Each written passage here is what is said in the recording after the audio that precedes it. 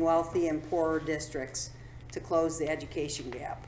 That's about the whole thing out of his State of the State that I got out of it related to education. So foundation aid really is an estimate at this point, and as we move further into the budget season, we will update that number. On the expenditure side, we assume that we're using staff that is based on the staff of record for 1920, which includes any open positions that you might have.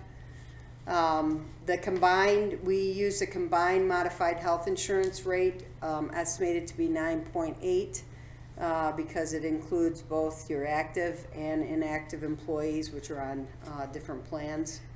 And then we projected increases from 2021 on afterwards between 9 and 10%.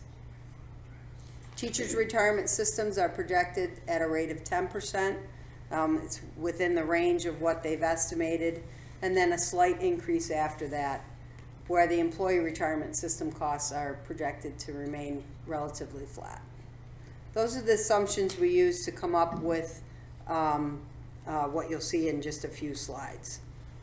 One thing we wanted to point out as we moved into this projection is the district, when you compare revenues and expenditures, and I've said this a number of times over the past years, there isn't control at the district level on what your revenues can be. As you can see on the left-hand side, the tax levy limit is controlled by the tax levy limit calculation, and state aid is controlled by the state. So these are both formula-driven numbers that are beyond the district's control. And on the expenditure side, we've definitely experienced increases in retirement costs, which are mandated by the state. Special education costs, especially this year, which we have limited control over, and health insurance, which are claims driven, and we'll be talking a lot about that at the end of my presentation and into Mr. Vaughn's presentation. So when we look at the long range projection, on the left-hand column, 1920, this is what we are actually projecting. We had a tax levy limit of 1.86. Foundation aid came in this year at 2.97%. And in the middle, you can see there's an operating deficit of $2.9 million. Again, your deficit includes that capital reserve transfer. Looking at 2021, we're projecting a tentative tax levy limit of 1.91%. The biggest component in the formula is not known at this time. It's projected to be 1.77%, your allowable growth factor. But as that gets updated, we will update that calculation. Foundation aid is at 2%. And given the variables that I reviewed in the last couple of slides, we're projecting an operating deficit of just over $1.6 million.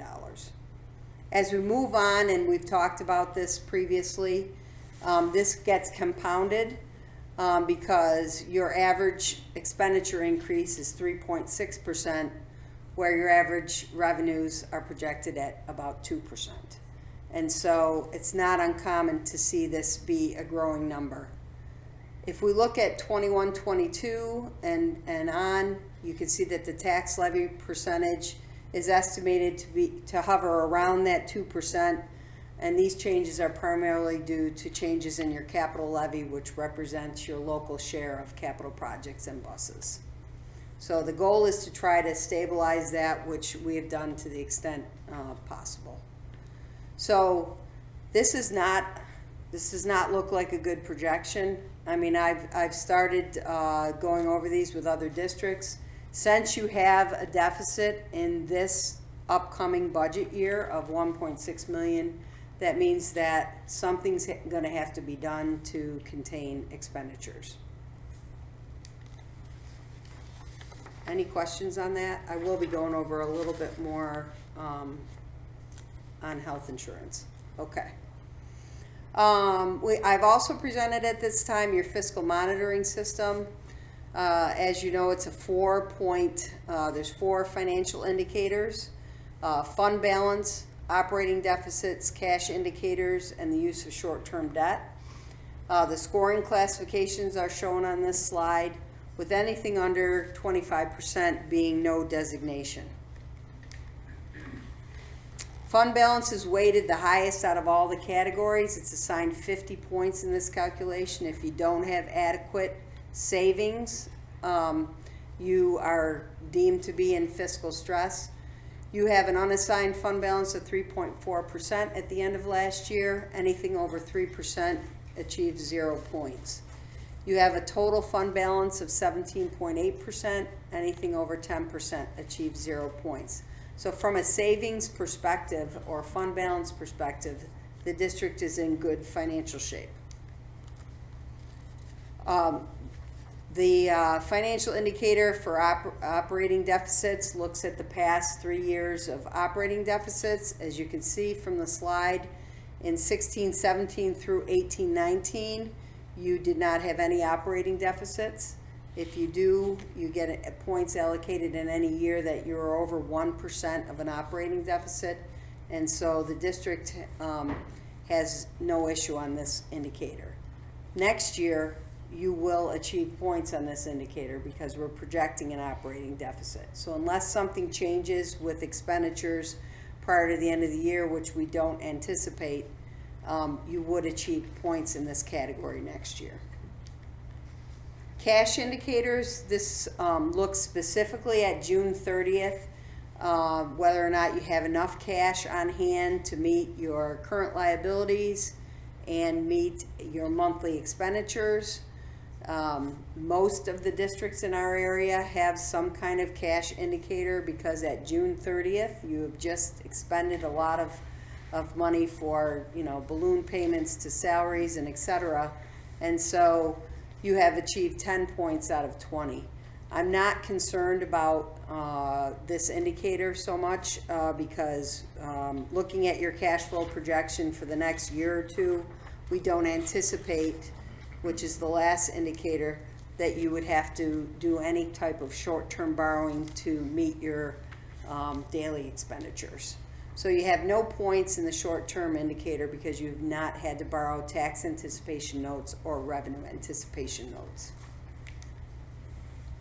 So looking at the summary for the past 4 years, you can see in the far right-hand column, you have 10 points, which is under the 25, and so you're in no designation, which you have been in no designation for several years now. So this is good news. So when we started looking at the projection and trying to really analyze some of the cost drivers for the district, the first bullet on here is a true statement. Expenditures have increased at a higher rate than revenues. We're projecting that to happen in your long-range plan as well.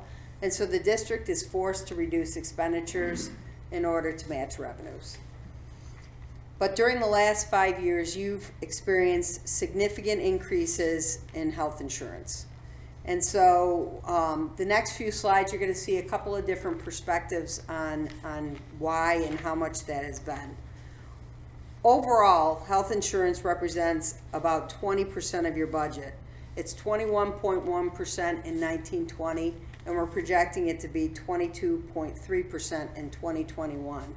However, as we look at budget increases over these past 5 years, you can see that the portion of the budget increase that has been related to a health insurance increase is alarming.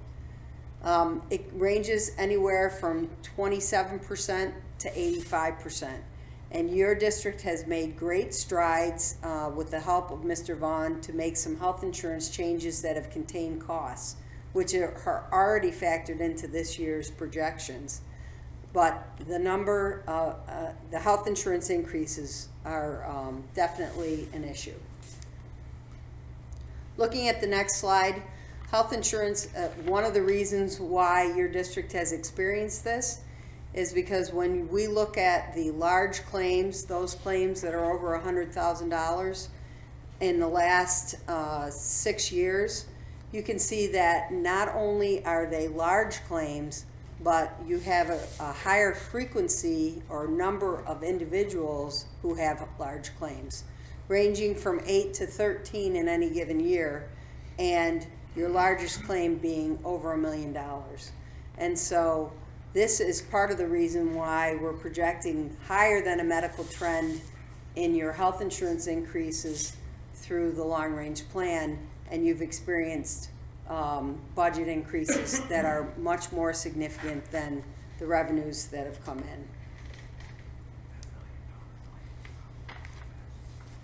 So, looking at what we've done in the past, just to give us a little perspective, in 2018-19, the district reduced 20 positions.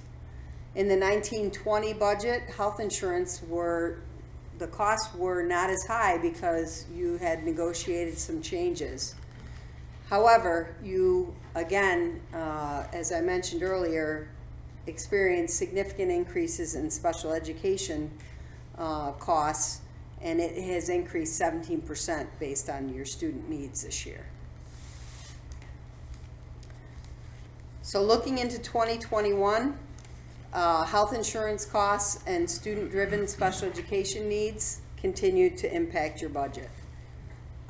These are the cost drivers.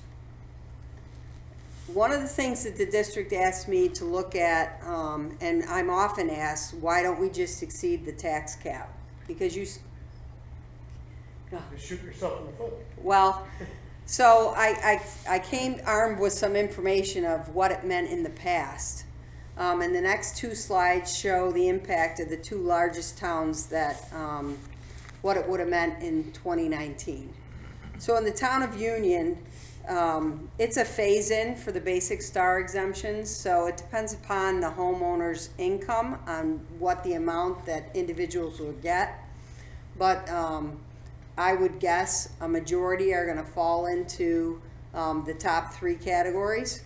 So it's $711.45 for a household that earns less than $75,000, and $502.20 for a household that has income between $75,000 and $150,000.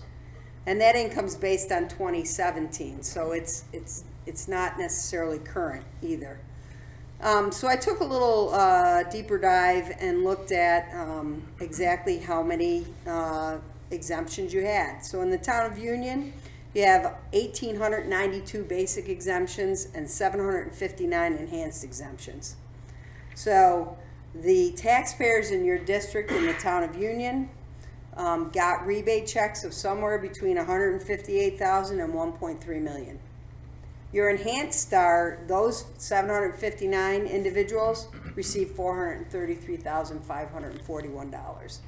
So these are big numbers of checks that were going back to your district residents. On the next slide, you can see in the town of Maine, it's a similar situation. There were 797 basic exemptions and 312 enhanced exemptions. So when I did the simple math of coming up with an average, the basic star exemptions in your two main towns would be certainly over $1 million in rebate checks that they got back, and over $600,000 for enhanced star exemptions.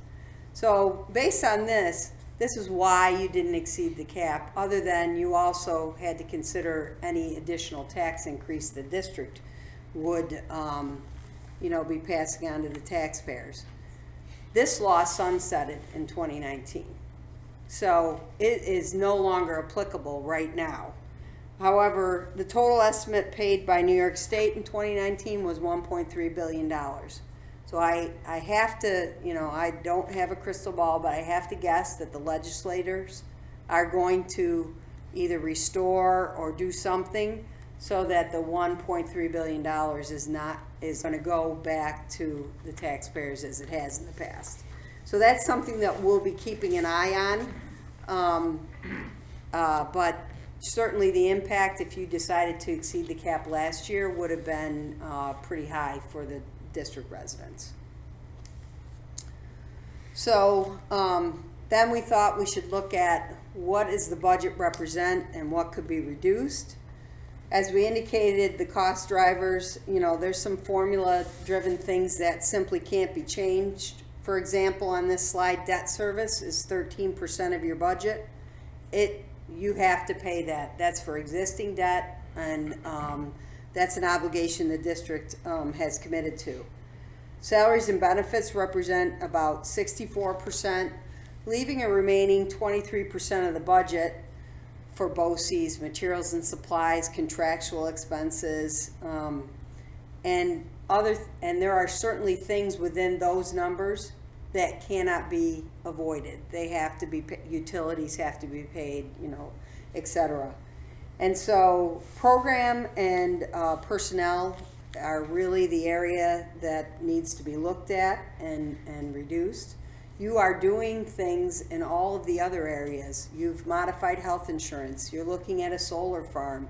You've addressed all what I would deem to be the low-hanging fruit. And so this is something that requires looking at programs and personnel. So we also, looking at the next slide, approximated the savings of position reductions. And this is for an instructional staff. We assume a salary of $55,000. And then we use a blended rate for health insurance. So when we're looking and analyzing positions within the budget, it's approximately $87,000 per position. But what actually happens if there are positions identified, we actually factor in your family and your individual health rates when we actually run the numbers themselves. So all subject to change, but I don't think that we anticipate any changes that are going to drastically change what you see as a projection in front of you today. Any questions?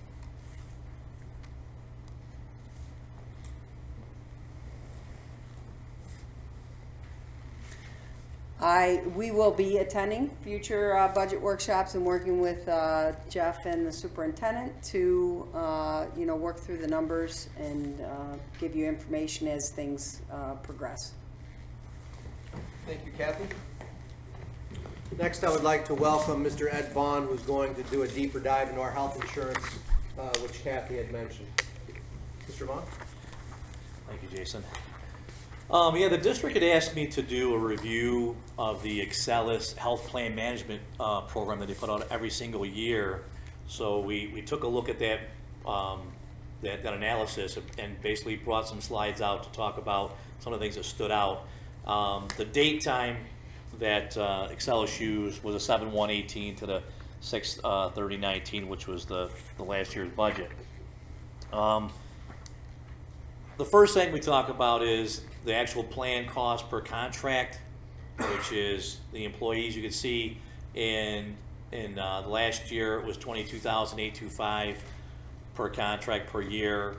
The current year it's $28,658, and then Excelis has the comparison. The comparison is the book of school districts that they have within their block of business. So they take all the school districts they have through their 31 county regions, and they come up with a number. They also boil this down into the total cost per member per year, which what we say in our industry is this is the belly button count. So it's everybody on the plan, and you can see last year was 8,737. The current year it's over 10,901, and you can see compared to the comparison, which is 7,333. So we're well above where the comparisons are. Hold on a minute. So the total cost per member per year, that's across all the districts that have Excelis, is that what you said? Yeah, that comparison, right, that comparison is all, yep. It's not the bar in the middle, that's. Right, the comparison's to the far right. Maine-Endwell. Yep, Okay. yep, Maine-Endwell's the two columns on the left, the current year and the prior year, Got it. and then the comparisons on the right-hand side. Right. Okay, and the real reason for this is, as Kathy mentioned and started to mention, is the high claimants. You can see we have this broken down, the number of claimants that were over 25,000. The column to the left was last year, and the column to the right is this year. And we have 80 people that have claims over 25,000. We have 36 people this year with claims over 50,000. We have 13 people with claims over 100,000 and 10 people with claims over 150,000. And just so you know, the prior year wasn't good. So when you look at anything, it didn't go up much. That was a pretty bad year to start with. So Right. We went up from a bad year to a worse year. So. That, at the end there, the claims over 150,000, the 10 people, that represents 36% of your healthcare budget, just those 10 people. Okay, so that's quite a bit. And last year with the 9 people, it would represent 26% of the budget.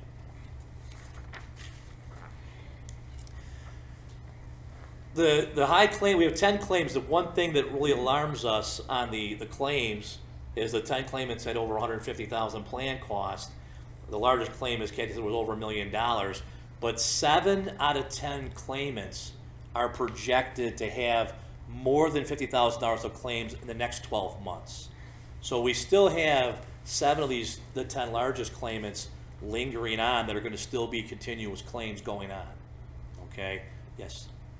If we go back to the high cost claimant slide, do you have any of that same, I don't say regional, but in your cohort comparisons so that you can kind of gauge, is having 10 employees with claimed over 150,000, is that way out of whack, or is that typical when you?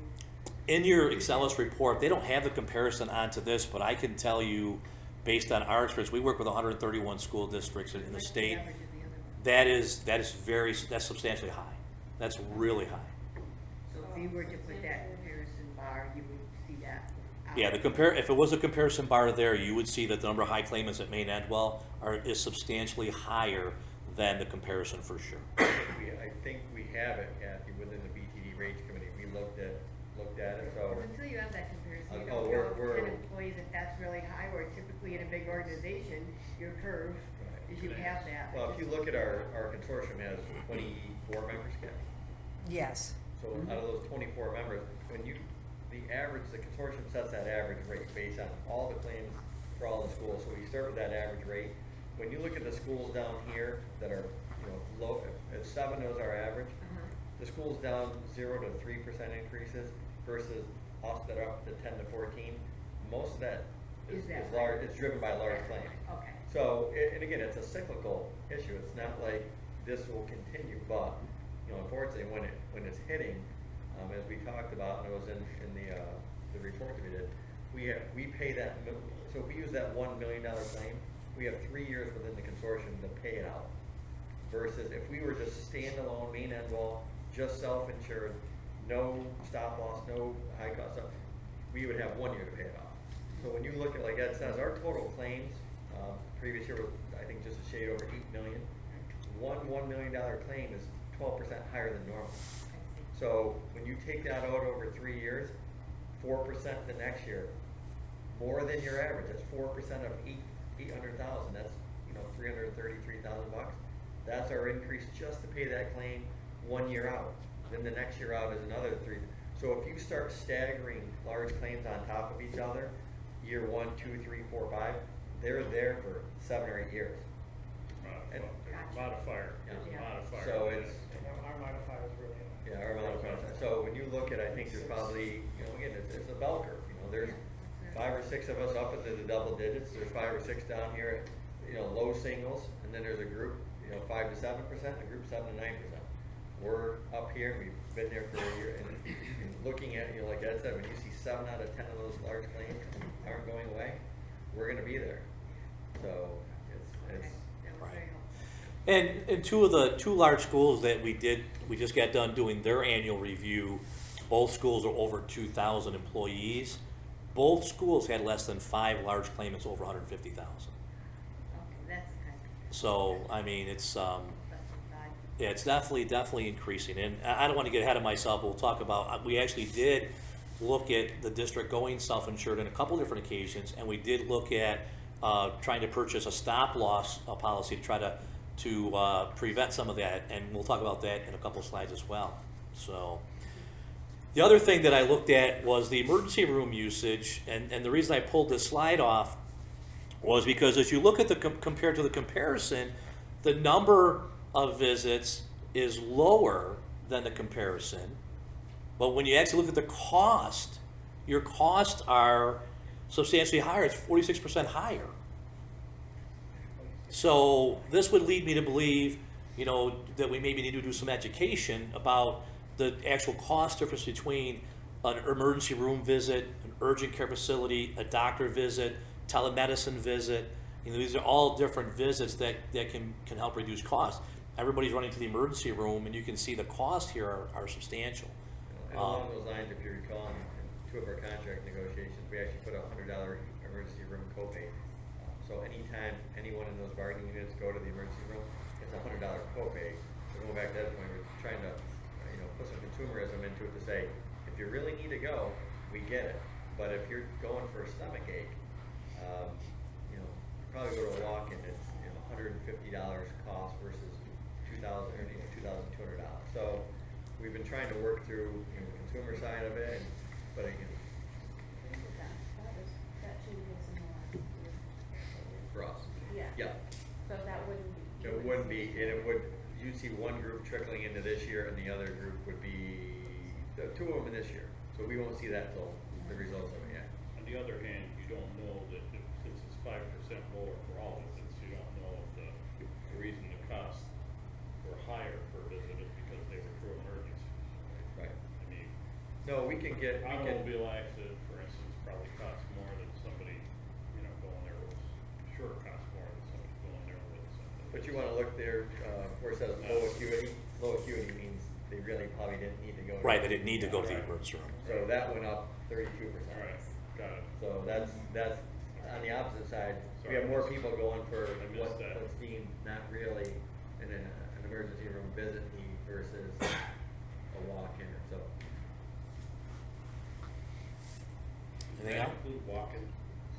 No, right? no, that's Okay. straight emergency. Straight emergency room, right. The wait. Thank you. Huh? It's the wait. Yeah. Right. Oh. The other slide that I pulled off that report was the pharmacy utilization, and some things that stand out here, as you can see that the prescriptions per member per year have gone up, and they're actually lower than the comparison. The current year it's 17.8 prescriptions per member per year. Now, mind you, when a person takes a prescription like a maintenance drug for the full year, they count it as 12 prescriptions, so one drug. So not your people aren't taking 17 different drugs. Just one prescription counts for each month. That's below the comparison, but back to my point on the emergency room situation, the actual plan cost per member for this year are $2,266, which is higher than the comparison. So your number of prescriptions are lower, but the actual cost is higher as well. And then the other concerning thing is the percent of pharmacy plan costs from the specialty drugs. So these large claimants are also using these specialty drugs, and the specialty drugs are 47% of the drug spend, which is 11% higher than the comparison. So it's substantially higher than that. And we'll talk a little bit about some of the thoughts on the pharmacy as well. So what the district asked me to do is to go out and do an RFP, a request for proposals, on what other options can we look at? Is there something else that's out there where we can maintain our level of benefits and reduce costs, and how do we do that? And that certainly is a major challenge. So I am currently in the middle of sending this out. We sent it out to all the different carriers, out to Aetna, Excelis, MVP, United Healthcare. Now, even though you have Excelis currently within the consortium, it would be Excelis outside the consortium, and so that's why that's on there. And we're looking at carriers to match, obviously, the current benefits. We're also looking at high deductible health plans with HRAs, and we're scheduled to have this back to us hopefully by the 13th. I already know that one of the carriers is asked for the 20th because they really want to be, they got behind in the 1/1, which everybody renews the 1/1. So we're hoping to have everything done by the last week of January. So just to put it in perspective for people, just our projected health insurance family cost next year is $35,000 for a family plan. I think the individual's around 14,000. So I don't know who else in the consortium, Ken, I didn't really look that close, but I don't think there's anyone within $6,000 of our plan cost. I think there's one or two, Maybe but, BOCES might be yeah, up. right. We're on the high end of that Right. cost spectrum, and we've talked about it for years. There's been probably 3 more of these years of health insurance increases double digit. That family plan is now exceeding starting teacher pay Right. on an annual basis. Is the driver for that claims, or is the driver for that quality of plan versus the other districts? I think it's a combination of the large claims, and while we've made some changes and we are copay for, we've added 4 prescription edits to certain bargaining units. We've gotten a slight uptick from maybe 9% to 10 and 11%. Those help a little bit, but I think if maybe Kathy and I can do an analysis comparing how much our staff pays as a percentage of the health insurance cost, what the benefit structure is. Some schools have a PPO plan, some have our plan, and they also have a PPO plan for newer staff. If you recall, we put in support staff as of July 1st of this current year. All new support staff people would have a high deductible plan. So we're trying to address them, which helps a little bit. But when you get those large claims coming through, those minor changes you made kind of get blown out a little bit. Right. And one of the things that we're hoping for on the fully insured quotes we get back is that in a lot of times when we go to these fully insured carriers and we get proposals, they have a pooling threshold. So it's almost like a built-in stop loss. So if that's going to be the case here, and the pooling threshold's 100,000, 125,000, that might be able to prevent some of the high claimants from coming back and increasing our costs. So we're looking at that as well. I'm also going to be looking at possible prescription drug marketing on the PBM side of it, because some of these carriers will allow you to have the health insurance with them and then have the pharmacy covered with a different vendor. And I was explaining to Jason and Jeff, in some of the schools that we work with that are self-funded, they have different pharmacy benefit managers have put in what we call clinical management programs, okay? And they're voluntary programs, but it's really about education, because some of the things that we're discovering are some of these costs, like I use the example all the time, metformin. When a doctor prescribes a 1,000 milligram pill for metformin that costs is averaging right around $22,000 a year, the doctor can prescribe 2 500 milligram pills and the cost is $240 a year. So there's things like that are out there that are getting caught, and there's a number of drugs and a number of different things that can be caught. And these clinical management programs are saving school districts millions of dollars, millions. I think I said the other day when I was talking to Jeff and Jason that the last 3 schools we did, I think one school was probably close to 1.8 million, another school was 2 million. I mean, they're bigger cases, but the clinical management programs are coming in here with a substantial savings if it can be worked.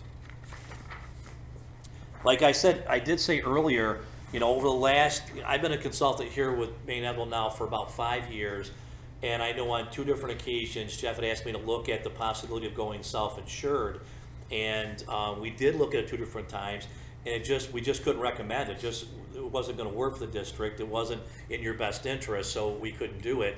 And we also looked at the possibility of going to a stop-loss policy to cover those large claimants, and that wasn't worth it as well. It just didn't work. So, I tell people, the days of trying to find a solution for your health care where you can find one solution and have it last 20 to 25 years are gone. I mean, we now look every 3 years for most of our districts to make sure that we have the latest and greatest. New policies keep coming up, or keep getting brought up and keep getting designed. There's different ways to look at different things, and districts are trying to look at different ways to handling benefits and negotiating benefits. So, a lot of people, said for years we've always had the same plan. We've always had the same carrier.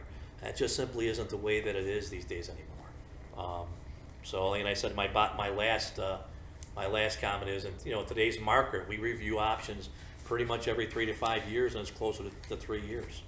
So, any questions? Yes, sir. So, is there a, individual plan limit, like $1 million limit? There's no limit with That's a good question. the So, consortium plan? you know, that would take us back about, what, 15 years maybe, Kathy?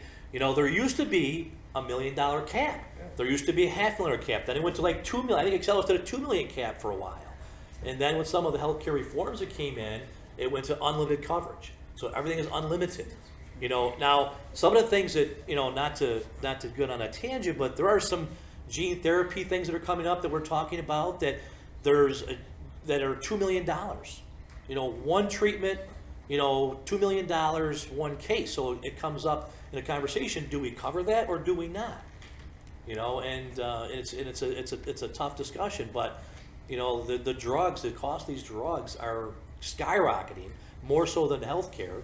And then you guys in your situation just have a very substantial amount of large claimants. So is that stop loss statement still true with the high dollar claims doubling, more than doubling from last year to this year?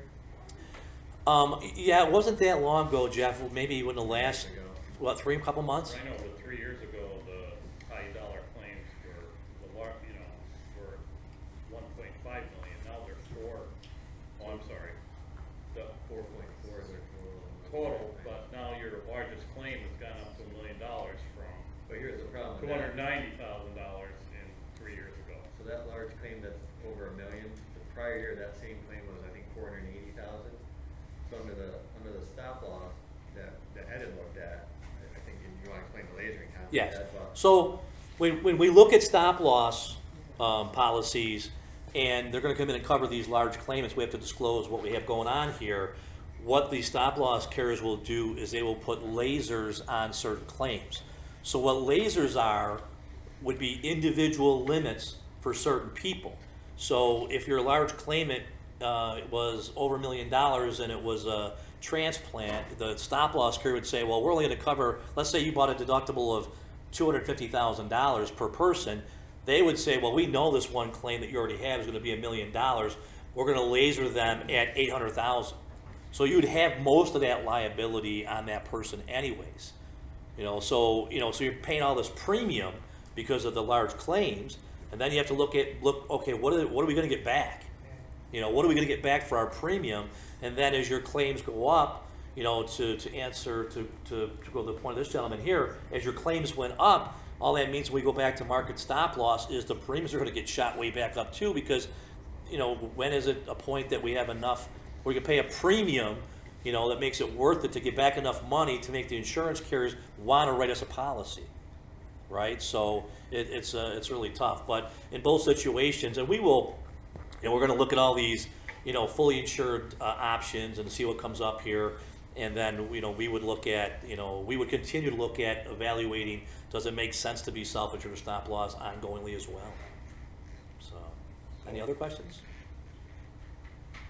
So, how many districts do you guys say you represent? We work with 131 districts in the state. Has there ever been a discussion about a group plan for all 131 of those districts? Has it ever been calculated and offered, you know what I mean? Right. Because right now, the health insurance consortium is really administrative. Right. But so in your concept though, Greg, you'd have to have 131 schools with the same exact plan. So some schools would have a higher plan than what you'd have to move everybody to the highest level. You know what I mean? Right. Otherwise, I just don't. think What's people starting to would- be Well, what's starting to be how would you- discussed. You have to negotiate it. Though. That's Right. the hardest part. What's starting to be discussed Really, now. you gotta get everybody together and say they're interested in something like that. It's really That's what a lot of difficult. corporations do, right? They have a lot of leverage because they have a lot of employees and they have a group plan. Right. Not that industry is much worse in terms of benefits than. Right. Well, you bring up a good point. What's starting to be talked about now is what I refer to as buying Well, it's a groups. rhetorical question. Right. Well, the conversation comes up all the time. Like, what do we do? And so, we've worked with some of the districts, and we've formed what I call a buying group, not a consortium, but a buying group, which means that the districts can share in the administration cost. They can share from a self-insurance standpoint. They could share in stop loss. They can share in pharmacy, but their claims are their claims.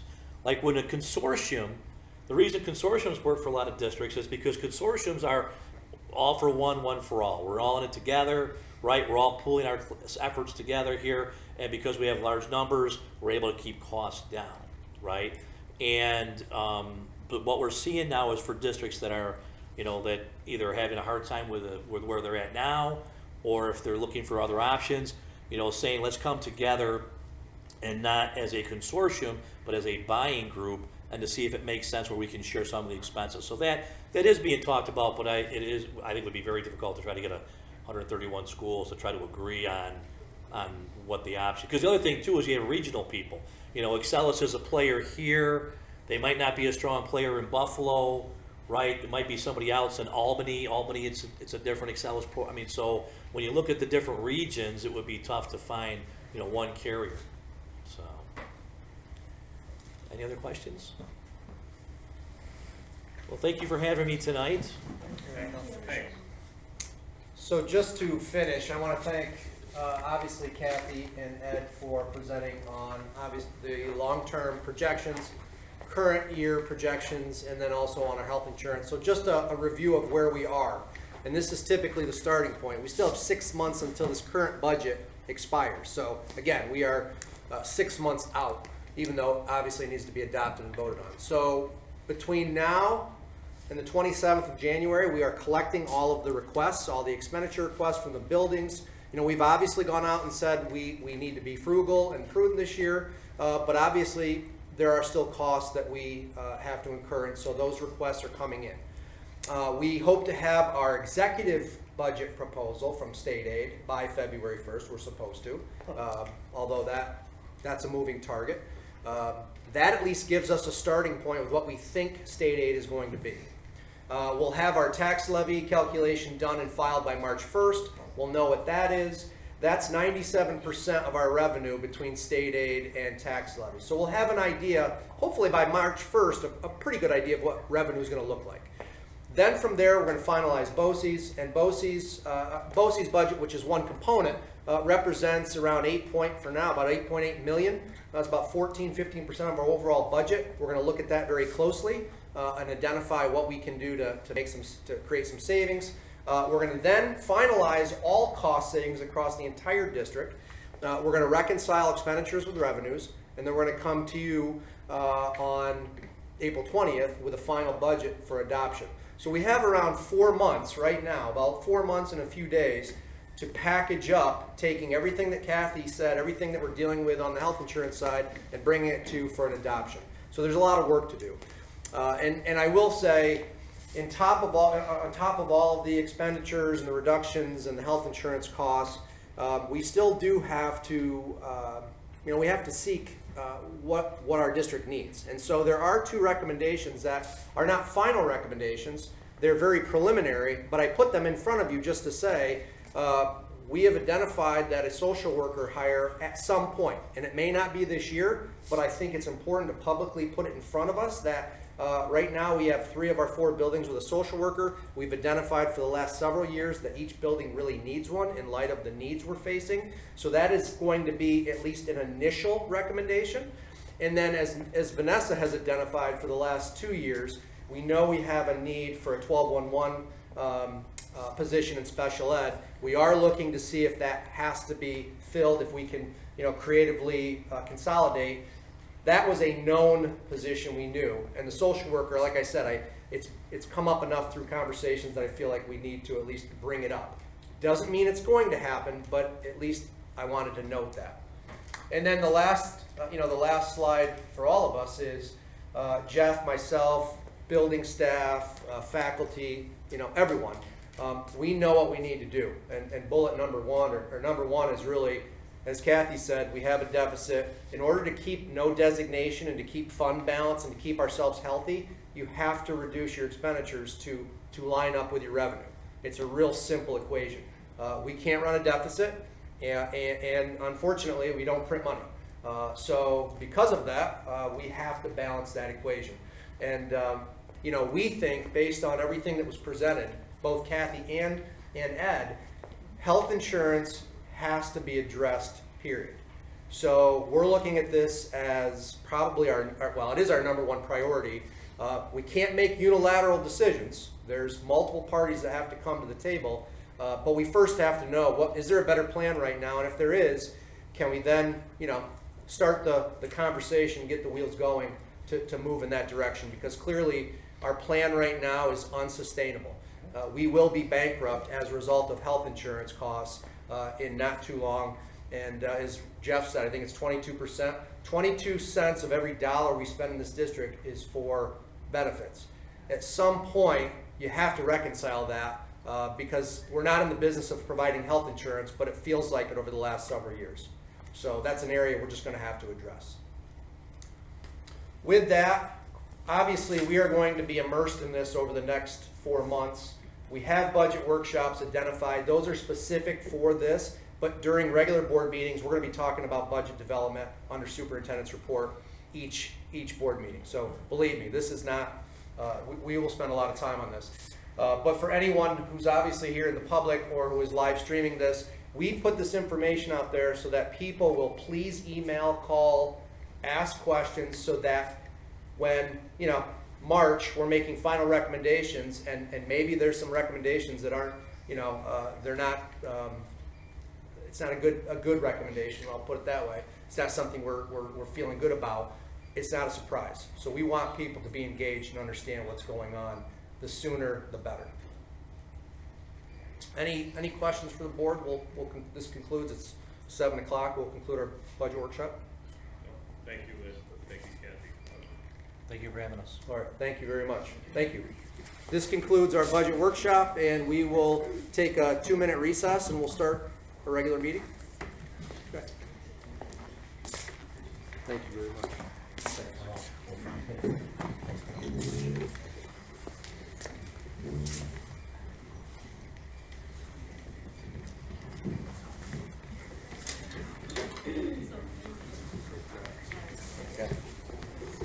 I was just gonna call next week if you hear anything. But the one needs to the 20th, you said? Yeah, the one needs to the 20th. If you get any info in before that. Yeah, I'll keep you guys posted up with everything we get, Sounds good.